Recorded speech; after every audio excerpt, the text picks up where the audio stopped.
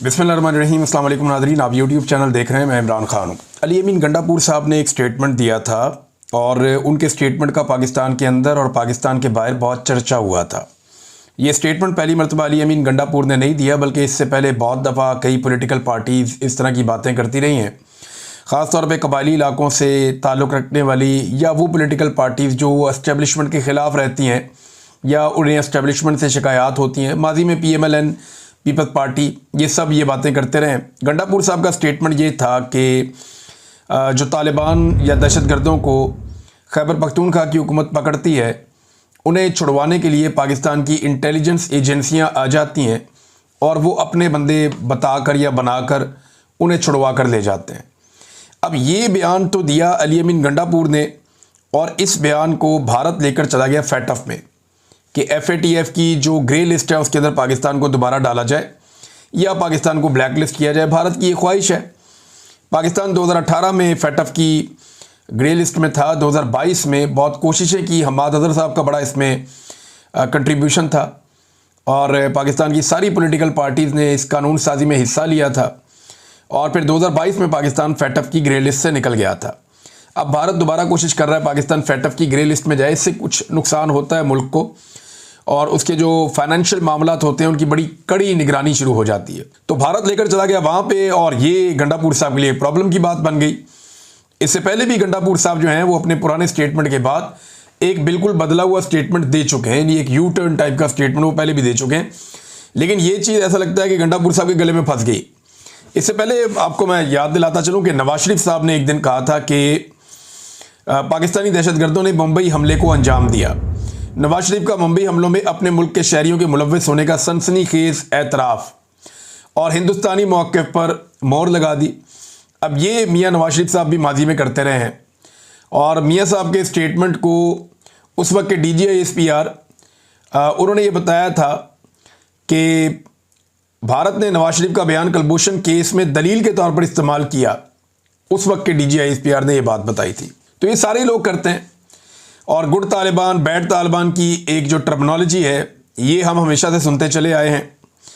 अब मामला ये है कि गंडापुर साहब ने जब यू टर्न लिया, वापस बात की, तो उन्होंने वो स्टेटमेंट के ऊपर बात नहीं की।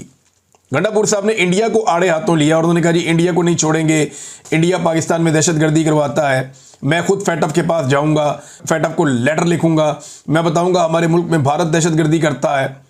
इंडिया ने हमारे बॉर्डर के साथ बहुत सारे कैंप बनाए हुए थे, वहाँ से दहशतगर्दों को भिजवाता था, पूरे खित्ते के अंदर इंडिया हालात ख़राब करवाता है, चाइनीज़ के ऊपर अटैक करवाता है और बहुत सारी चीज़ें उन्होंने बोली।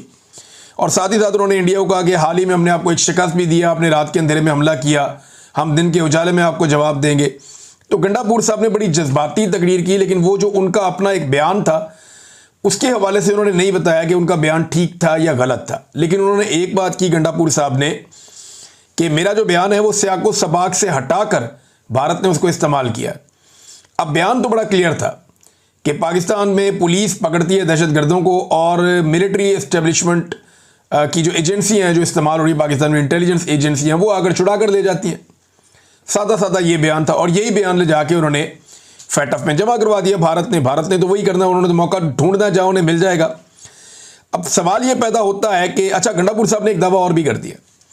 गंडापुर साहब ने, ये बहुत बड़ा दावा है जो गंडापुर साहब ने किया, उन्होंने कहा जी कि अब हम कश्मीर को आज़ाद करवा लेंगे। और पहले इमरान खान, मैं अजीब ही बात है, गंडापुर साहब कह रहे हैं जब कश्मीर को आज़ाद करवा लेंगे हम पश्तून जाएंगे और कश्मीर को भी आज़ाद करवाएंगे, और जो मकबूजा कश्मीर है वहाँ पे भारत के कंट्रोल में उसको आज़ाद करवाएंगे। अब कश्मीर को आज़ाद करवाने का दावा पाकिस्तान का कोई सियासतदान भी नहीं करता, पाकिस्तान का कोई फ़ौजी भी नहीं करता, बल्कि जनरल बाजवा ने, हम सहाफ़ी बैठे हुए थे, इसी के ऊपर एक फड्डा शुरू हुआ था।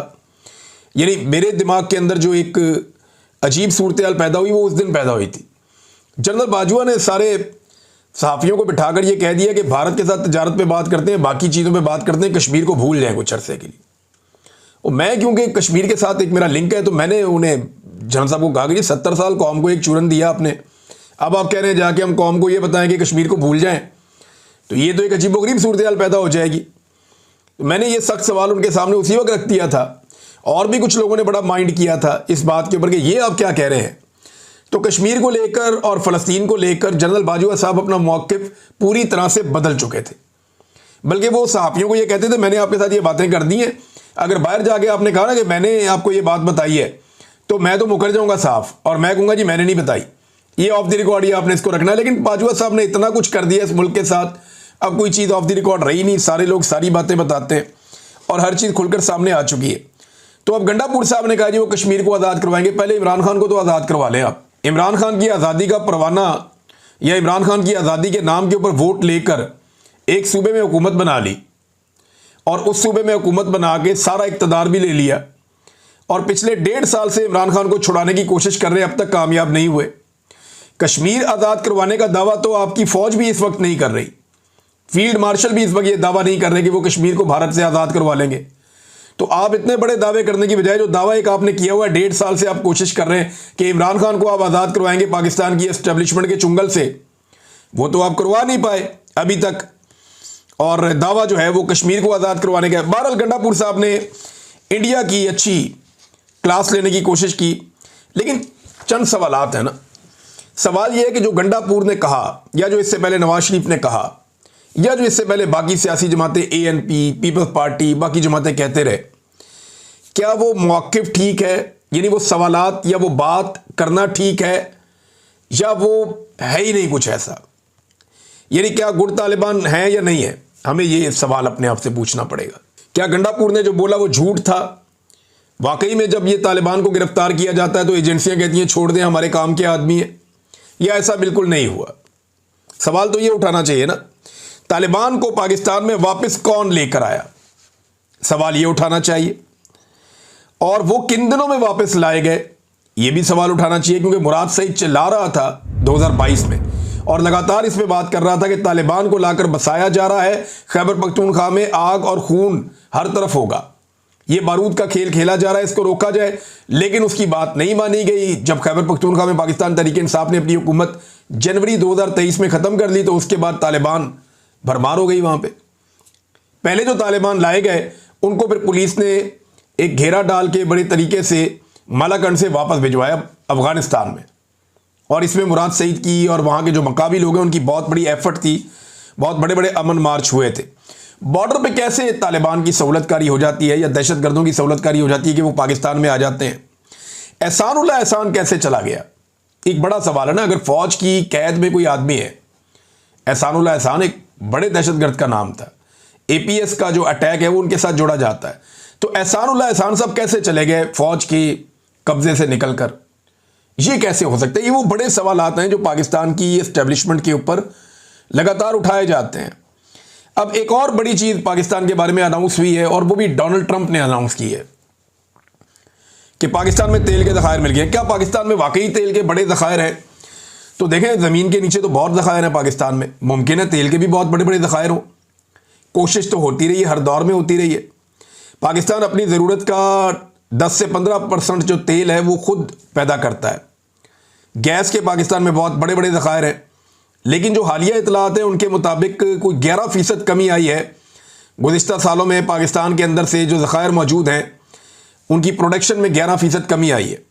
एक तरफ हमारे जो ज़खायर हैं वो कम होते जा रहे हैं, दूसरी तरफ दावा किया जा रहा है कि बहुत बड़ी मिकदार में ऑयल एंड गैस पाकिस्तान में बदस्तूर मौजूद है, लेकिन उनके ऊपर काम नहीं किया जा सका, ये दावा किया जा रहा है। इमरान खान साहब के दौर में भी ऐसे दावे सामने आए थे। फिर आपको याद होगा केकड़ा वन वो ढूंढ रहा था कि किसी जगह से तेल निकला है समंदर में, बड़ी बातें हुई, लेकिन फिर पता चला कि नहीं हो पाया। फिर लकी मरवत के हवाले से खबरें हमारे पास आती रही, हम भी ये खबरें देते रहे, क्योंकि जो हमें बताया जाता है खबर में हुकूमत ही बताएगी ना, हम खुद जाके तो सहाफ़ी खोद नहीं सकता वहाँ पे कि जनाब मेरे पास पकीद ला, मैंने खोद के देखा वहाँ पे तेल, ऐसा नहीं होता, वो गवर्नमेंट ही कहती है। लेकिन इस दफ़ा पाकिस्तान की गवर्नमेंट ने ये अनाउंस नहीं किया, ना पाकिस्तान की एस्टेब्लिशमेंट ने किया, ना पाकिस्तान की गवर्नमेंट ने किया कि हमारे पास तेल निकल आया या हमारे पास तेल के कोई ज़खायर है। मुमकिन है हो, मुमकिन है ना हो, लेकिन अमेरिकन को इस बात का यकीन दिलाया गया कि जनाब तेल के ज़खायर हैं, और इस बुनियाद पे अमेरिकन अब कंपनी फाइनल कर रहे हैं वो कौन सी तेल और गैस वाली कंपनी होगी जो पाकिस्तान में आएगी और तेल निकालेगी पाकिस्तान में से। ये तेल मिलेगा कहाँ पे? देखें, सतह समंदर के साथ साथ जो कराची से ऑनवर्ड इलाके हैं वहाँ पे क्लेम किया जाता है कि समंदर में वहाँ तेल के ज़खायर हैं। कुछ खैबर पख्तूनख्वा और बलूचिस्तान के हवाले से ये क्लेम किया जाता है कि वहाँ पे तेल के ज़खायर हैं, लेकिन मादनियात के ज़खायर जो हैं वो पाकिस्तान में बेशुमार है। मादनियात, रेयर अर्थ मिनरल्स, मैं इस पे काम कर रहा हूँ, मैंने आपको पहले भी बताया, मैं आपको इसकी तफसीलात बताऊंगा रेयर अर्थ मिनरल्स क्या हैं और ये क्या काम कर सकते हैं। बहरहाल ये पाकिस्तान में बड़े लंबे अरसे से एक भारतीय फिल्म का चर्चा भी हो रहा है सोशल मीडिया पे कि वो एक बंदा दूसरे को कहता है यहाँ तेल है निकालो, वो वहाँ पे वो मारता है थोड़ा, वो एक कुदाल मारता है तो वहाँ से पानी निकलता है ज़मीन में से, वो खुश हो जाते हैं, पता चलता है वो गटर का पानी है। तो लोग इस किस्म का मजाक उड़ा रहे हैं, लेकिन मेरी तो दुआ है और ख्वाहिश है कि पाकिस्तान में से तेल निकले। लेकिन पाकिस्तान की गवर्नमेंट ने या पाकिस्तान की एस्टेब्लिशमेंट ने, किसी ने इसके बारे में कोई अनाउंस नहीं किया। अब पाकिस्तान में एक अजीबोगरीब चीज़ ये चल रही है कि हमारी जंगबंदी होती है तो उसकी अनाउंसमेंट कौन करता है? Donald Trump.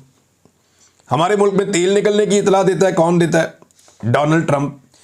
ऐसा लगता है कि पाकिस्तान की जो मौजूदा हुकूमत है वो अमरीकी प्रॉक्सी के तौर पे काम कर रही है।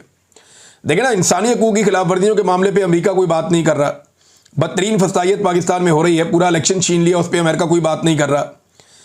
लेकिन बहुत सारी चीज़ों में अमेरिका पाकिस्तान से बहुत खुश है। अब ऑल पार्टीज कॉन्फ्रेंस में जो लोग बैठे उन्होंने भी ये सवाल उठाया। उन्होंने कहा जी हमें बताएं आपका अमेरिका के साथ क्या मुआहदा हुआ जब ये फील्ड मार्शल गए हैं डोनाल्ड ट्रंप को मिलने के लिए। उसके बाद बहुत अजीब चीज़ें हो रही हैं। हमारी तमाम चीज़ों की अनाउंसमेंट कौन कर रहा है? डोनाल्ड ट्रंप कर रहा है। और अगर किसी की डोनाल्ड ट्रंप जैसा कारोबारी आदमी बहुत तारीफ़ें कर रहा हो ना, तो थोड़ा मोहतात हो जाना चाहिए। ये मुआहदा कौम के सामने रखा जाए, ये ऑल पार्टीज कॉन्फ्रेंस के शुरका ने कहा, और यानी जनरल कुरेला को निशान इम्तियाज़ दे दिया। उसके बाद फिर डोनाल्ड ट्रंप को नोबेल पीस प्राइज़ के लिए जो नामजद कर दिया गया। मिनरल्स और तेल की कहानियां जो हैं वो अमेरिका से आ रही हैं, और पाकिस्तान के अंदर अभी तक यही डोनाल्ड ट्रंप को बता दिया जाके कि हमारे पास तेल है, लेकिन पाकिस्तानियों को नहीं बताया कि हमारे पास तेल है और वो कहाँ पड़ा हुआ है। भाई पहले पाकिस्तानियों को आप बताएं, पाकिस्तानियों को इन्फॉर्मेशन दें। अब पता नहीं वाकई तेल है, क्योंकि मैंने तो अभी तक इस हुकूमत को कौम का तेल निकालते हुए देखा है। ज़मीन में से तो तेल पता नहीं कब निकलेगा, लेकिन इस हुकूमत ने कौम का बहुत तेल निकाला है। डोनाल्ड ट्रंप की तारीफ़ें की हैं जी तजारती मुआहदे पे शहबाज शरीफ साहब ने कि जनाब एक दिन पहले ये मुआहदा तय पा गया, और लेकिन अभी तक मुआहदे के बारे में सामने कुछ नहीं आया। डोनाल्ड ट्रंप जो भी मुआहदा कर रहा है वो अमरीकी मफाद में कर रहा है। इंडिया के ऊपर थोड़े मारे हैं उसने। इंडिया की कंपनियां जो हैं डोनाल्ड ट्रंप ने वो कुछ पाबंदी लगा दी है, को 25% का टैरिफ लगा दिया है। रोज़ाना की बुनियाद पे वो नरेंद्र मोदी की और इंडिया की बेइज्जती करता है। नरेंद्र मोदी को बेचारे को बोलने के काबिल नहीं छोड़ा। कभी वो बताता है कि इंडिया को पाकिस्तान से तेल खरीदना पड़ेगा, कभी वो बताता है जनाब कि इंडिया के इतने तैयारे गिरा दिए पाकिस्तान ने। डोनाल्ड ट्रंप ने तो लगता है कि इंडिया की बेइज्जती करने का एक ठेका लिया हुआ है कि इंडिया को बेइज्जत करना है। और नरेंद्र मोदी ने और उनकी सरकार ने डोनाल्ड ट्रंप को बहुत सपोर्ट भी किया था। उन्हें लगता था कि डोनाल्ड ट्रंप जीतेगा तो पूरी सपोर्ट इंडिया के साथ होगी, लेकिन ऐसा हुआ नहीं। ऐसा क्या हुआ कि सारी तवज्जो अमेरिका की पाकिस्तान की तरफ हो गई, और चाइना भी पाकिस्तान को एक लाडले मुल्क की तरह ले रहा है। तो ये इसके पीछे राज एक है, और उस पर मैं काम कर रहा हूँ। ये रेयर अर्थ मिनरल्स जो हैं ये क्या हैं, कितने कीमती हैं, और ये कहाँ इस्तेमाल होते हैं, ये चीज़ें मैं आपको बताता हूँ। लेकिन पाकिस्तान वापस आते हैं, इस पर बाद में बात करेंगे। इस वक्त पाकिस्तान में नादरीन ने पाकिस्तान तहरीक इंसाफ ने एक ऐसी पिक्चर जारी की है जिसके अंदर सारी कहानी है कि आईने पाकिस्तान क्या कहता है कि पाकिस्तान कैसे चलेगा, और हकीकत में पाकिस्तान इस वक्त कैसे चलाया जा रहा है। According to the constitution of Pakistan सबसे ऊपर कौन होता है? इसमें इमरान खान साहब के अल्फाज उन्होंने सबसे पहले लगाया कि इस वक्त मुल्क के अंदर मार्शल लॉ नहीं है, आसिम लॉ है, जिसको इम्पोज किया गया मुल्क में, और the country is being run under Asim law. मुल्क आसिम लॉ के मुताबिक चल रहा है, and the ISI is giving it protection, और ISI इसकी प्रोटेक्शन कर रही है, तहफ़्फ़ुज़ कर रही है। Whatever strengthens Asim Munir's power is made the law of the land. जो भी चीज़ आसिम मुनीर साहब को मजबूत करती है उसको लॉ ऑफ द लैंड बना दिया जाता है, मुल्क का कानून बना दिया जाता है, और वो हर चीज़ को कुर्बान करते जा रहे हैं अपनी पावर को जमा रखने के लिए या अपनी पावर को कंट्रोल रखने के लिए। वो इस कौम की हर चीज़ को कुर्बान करते चले जा रहे हैं। This army chief is disgracing the military just as Yahya Khan once did. ये आर्मी चीफ वैसे ही मिलिट्री को डिस्ग्रेस कर रहे हैं जैसे एक दौर में याया खान ने किया था। ये इमरान खान साहब का स्टेटमेंट है। ये लगाने के बाद वो बताते हैं, और ये तस्वीर ज़रा आप गौर से देखिए, मैं आपको पूरे स्क्रीन पे ये तस्वीर दिखा देता हूँ। पाकिस्तान तहरीक इंसाफ ने इसको जारी किया है। तो तहरीक इंसाफ ने वो तस्वीर जारी की, उसके मुताबिक पाकिस्तान के आइन के मुताबिक सबसे पहले होते हैं अवाम पाकिस्तान, पीपल, उसके बाद होते हैं जी पार्लियामेंट, फिर होती है पार्लियामेंट, और तीसरे नंबर पे होता है प्राइम मिनिस्टर। प्राइम मिनिस्टर के बाद होता है डिफेंस मिनिस्टर और एक इंफॉर्मेशन मिनिस्टर। उसके नीचे होता है जी सेक्रेटरी डिफेंस, और इंफॉर्मेशन मिनिस्टर के नीचे होता है सेक्रेटरी इंफॉर्मेशन, और सेक्रेटरी डिफेंस के नीचे होता है पाकिस्तान आर्मी, पाकिस्तान एयरफोर्स और पाकिस्तान नेवी, ये तीनों चीजें। और इसी तरह सेक्रेटरी इंफॉर्मेशन के नीचे होता है पीटीवी और रेडियो पाकिस्तान, और फिर नीचे आता है आर्मी चीफ। अब वो ये कह रहे हैं कि this is the only place where chief of the army staff is supposed to be as per constitution, कि ये वो वाहिद जगह है नीचे जाके जहां पे आर्मी चीफ को इस मुकाम पे होना चाहिए। But instead of this position has imprisoned everyone and taken over everything. अब वो ये कहते हैं बजाय इसके कि ये मुकाम होता, ये सारी चीज़ों पे कंट्रोल हो गया है, और ये पाकिस्तान तहरीक इंसाफ ने एक तस्वीर जारी की है, और इसके ऊपर पाकिस्तान तहरीक इंसाफ ने इमरान खान साहब का स्टेटमेंट भी लिखकर लगाया है। ऑल पार्टीज कॉन्फ्रेंस हुई नादरीन, वो हम सब जानते हैं, और इस कॉन्फ्रेंस ने एक करारदाद मंजूर की है, और उस करारदाद के मुताबिक ऑल पार्टीज कॉन्फ्रेंस ने यह कहा है कि सख्त ज्यादती की गई है। पीटीआई को सुनाई जाने वाली सजाओं के खिलाफ ऑल पार्टीज कॉन्फ्रेंस ने करारदाद मंजूर कर ली है। उन्होंने कहा कि आज का दिन पाकिस्तान की तारीख में स्याह दिन के तौर पर याद रखा जाएगा, जब एक ही दिन में अपोजिशन लीडर, कौमी असम्बली, सेनेट और पंजाब असम्बली तीनों को सजा सुना दी गई। ये जनाब मुस्तफ़ा नवाज खोकर साहब ने वहाँ पे करारदाद पेश की, वो करारदाद पास हो गई, और ये ऑल पार्टीज कॉन्फ्रेंस ने की है। इस पे नाज़रीन उमर यूब साहब ने भी एक स्टेटमेंट दिया। उन्होंने कहा जी मुझे कैंगरू कोर्ट के जज ने, जो दहशतगर्दी अदालत का जज है फैसलाबाद के, उन्होंने जनाब एक 10 साल की सज़ा सुनाई है। मेरे वकील को गवाहों से जिरा करने की इजाज़त ही नहीं दी गई, गवाहों ने मेरा नाम नहीं लिया। अदालती कार्रवाई रात 2 बजे और रात 3 बजे तक चलती रही। खुलासा यह है कि अदालती कार्रवाई एक मजाक थी। मैं हर सतह पर लड़ता रहूँगा। मैं इमरान खान के साथ था, इमरान खान के साथ हूँ, और इंशाल्लाह इमरान खान के साथ रहूँगा। ऐसा ही स्टेटमेंट जो है सरताज गुल वज़ीर साहबा ने दिया, और उन्होंने सबूत भी दिए कि वो इन दिनों में, जिन दिनों का मुकदमा उनके ऊपर बनाया गया, वो डेरा गादी खान में मौजूद थी। एक शादी में शिरकत की, कुछ अवामी इज्तिमात थे, वहाँ पे थी। उन्होंने वीडियोज़ और तमाम सबूत दिखाए कि जनाब मैं यहाँ पे थी ही नहीं। और ये भी गवाहान ने तस्लीम किया, जो स्टार गवाह थे, कि जरताज गुल वज़ीर को हमने शामिल नहीं किया। उनका नाम, जरताज गुल वज़ीर साहबा का नाम 8 महीने के बाद शामिल किया गया, और 8 महीने के बाद नाम शामिल करके उनके ऊपर जनाब सज़ा दे दी गई, और अब उनको फारिग करने की कोशिश की जा रही है। तो उन्होंने कहा ये मेरी ये सज़ा जो है ना, ये वफा की है, कि मैंने अपने लीडर के साथ वफा निभाई है, और 8 महीने के बाद ये किया गया मेरे साथ कि मेरा नाम बाद में नामालूम में डाल के मुझे फारिग करने की कोशिश की गई, या मुझे सज़ा सुनाई गई है। तो जरताज गुल वज़ीर साहब अभी डट के इमरान खान साहब के साथ खड़ी हैं, बाकी लोग भी खड़े हैं, और इमरान खान साहब के लिए अब वॉल चॉकिंग हो रही है मुख्तलिफ इलाकों में। ये मैं आपको एक चीज़ बताऊं, ये जो वॉल चॉकिंग है ना, ये पाकिस्तान तहरीक इंसाफ के लोग कर रहे हैं खामोशी के साथ। 2 स्प्रे लेते हैं और एक सांचा लेते हैं, दीवार के साथ लगते हैं, वॉल चॉकिंग करते हैं, आगे निकल जाते हैं। अब इसमें वो लिखते हैं जी 804 इमरान का चेहरा लगाते हैं इमरान खान का, और नीचे लिखते हैं अवामी फील्ड मार्शल। और एक और काम जो आमिर मुगल साहब काफ़ी लंबे अरसे से कर रहे थे, उन्होंने इंसाफ रज़ाकार के आदाद-ओ-शुमार जारी कर दिए हैं, जो रज़ाकार वो बना रहे हैं पिछले काफ़ी अरसे से। अब इसमें इस्लामाबाद में जो कुल रज़ाकार बनाए हैं वो 1344 हैं, रावलपिंडी में 1560 हैं, लाहौर में 1820 हैं, सबसे ज़्यादा जो है वो पेशावर में 2150 हैं, कराची में 1780 हैं, फैसलाबाद में 950 हैं, और दीगर शहरों में 555 है। तो अभी तक पाकिस्तान तहरीक इंसाफ ने 10,159 रज़ाकार बनाए हैं, जिनमें ख़वातीन की तादाद 1441 है। तो ये एक नया सिलसिला शुरू किया था, जो पुरअमन गैर मुसल्लह सियासी गुरीला जिद्दोजहद चलाने के लिए आमिर मुगल साहब ने, ये इस्लामाबाद से, इस रीजन से पाकिस्तान तहरीक इंसाफ के रहनुमा हैं, और बड़े मजबूत एक शख्सियत के मालिक हैं, बड़े ज़बरदस्त आसाब के आदमी हैं, बहुत दफ़ा गिरफ्तार हुए हैं। अब इनके ऊपर कत्ल के मुकदमा डाल दिए गए हैं, तो गिरफ्तारी अवॉइड कर रहे हैं।